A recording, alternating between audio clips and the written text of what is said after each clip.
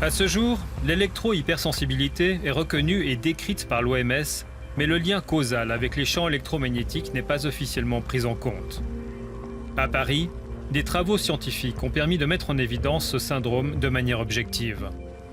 Ces travaux ont été menés par Dominique Bellepomme, cancérologue internationalement reconnu et expert en santé environnementale.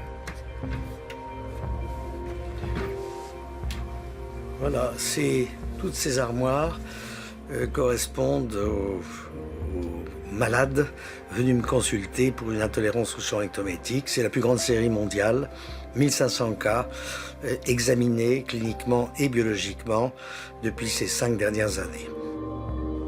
Le Doppler cérébral pulsé est un instrument permettant de mesurer la vitesse des globules rouges dans les vaisseaux intracrâniens.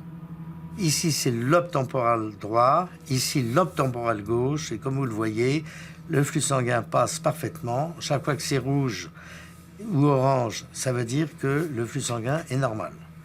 Par contre, ici, on a le même chez un sujet électro-hypersensible, comme vous le voyez, ici, dans cette région capsulo-thalamique, qui correspond au système limbique, il y a pratiquement plus de sang, plus de globules rouges qui passent. Un constat alarmant qui commence à trouver une prise en compte toujours plus large au sein de la communauté scientifique.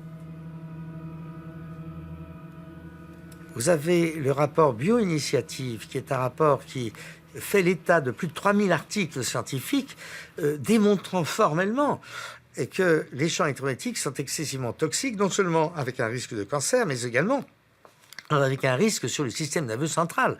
Et il y a des maladies telles que la sclérose en plaques pour lesquelles on suspecte très fortement une origine liée au champ électromagnétique. Donc si vous voulez, c'est pour ça que l'électro-hypersensibilité n'est que la partie émergée de l'iceberg. Et c'est toute une pathologie qui gravite derrière ce premier état biologique qu'est l'électro-hypersensibilité. Aujourd'hui, il y a vraiment un début de reconnaissance qui est croissant.